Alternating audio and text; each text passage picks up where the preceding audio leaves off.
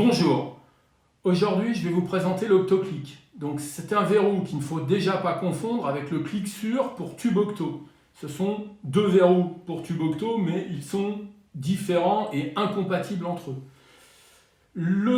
L'Octoclick existe en un maillon et demi, deux maillons et demi, trois maillons. Donc déjà sur l'Octoclick, il y a des demi-maillons qui n'existent pas sur le clic sûr pour tube octo. En plus, les maillons sont différents. Ça, c'est un maillon d'Octoclick. Ils ont le même nombre de crochets d'attache, mais ils ne sont pas au même pas que sur le clic sûr. Donc, ils sont incompatibles entre eux. Et l'Octoclick, ici, correspond beaucoup plus au tube octo. Le clic sûr est assez rond ici. L'Octoclick, le maillon d'Octoclick, correspond bien au plat des tubes octo. Alors évidemment, étant donné qu'il y a plusieurs tubes octo, il ne peut pas correspondre à tous les plats. Mais globalement, il correspond mieux au plat des tubes octogonaux. Le problème des tubes octogonaux, c'est qu'ils existent avec des poinçonnages en différents anthrax. Donc déjà, les poinçonnages qui nous intéressent, nous, sont les poinçonnages rectangulaires de 5 par 8, qui sont aussi bien sur cela que sur cela. Donc là, vous avez 3 tubes octo, l'octo de 40, l'octo de 52, que certains appellent octo de 50, mais qui est un octo de 52 en côte extérieure, et l'octo de 60.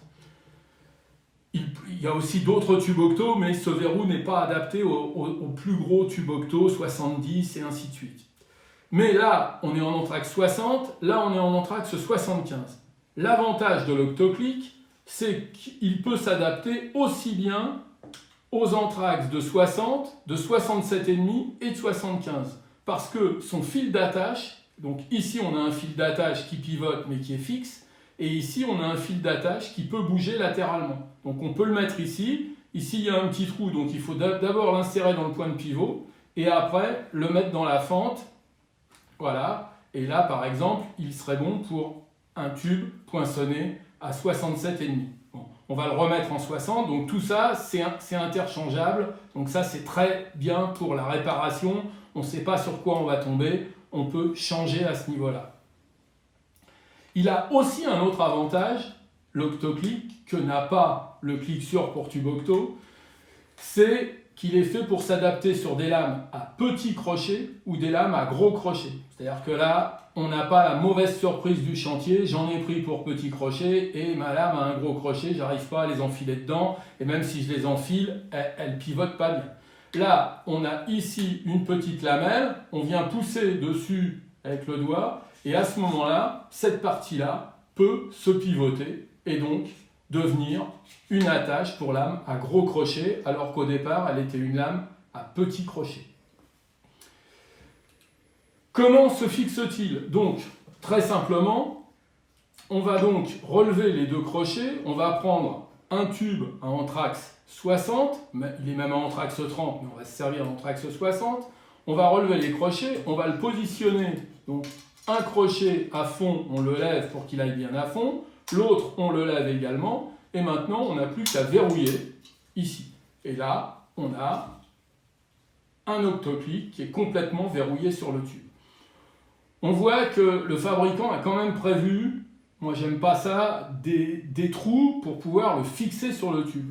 Donc ça, c'est très dangereux. Bon, déjà, c'est pas terrible au niveau fixation, puisque les tubes sont très fins. Hein. Les tubes de volet roulant, justement, ils ont une forme pour leur donner de la rigidité et pour éviter de mettre du feuillard très épais. Donc ça existe entre 5 et 9 dixièmes. Ça veut dire que quand vous mettez une vis dans du 5 dixièmes, ça ne tient pas beaucoup.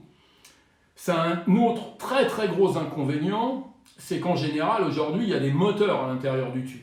Donc, si on utilise une vis à tôle, elle est en acier sémenté, elle est pointue, et si elle est trop longue, qu'elle vient toucher le fût moteur ici, elle va découper le fût moteur. Donc, l'idéal pour fixer ce type de verrou, c'est d'utiliser les fixations par fil qui sont dessus, plus solides et aucun risque d'abîmer le moteur qui est à l'intérieur. Ça fait quand même beaucoup d'avantages. Donc pareil pour l'enlever, il suffit de dégager les deux petits crochets. Alors, quelquefois on peut prendre un tournevis comme ça, c'est plus pratique. Voilà. et à ce moment-là, il s'enlève tout seul, c'est terminé.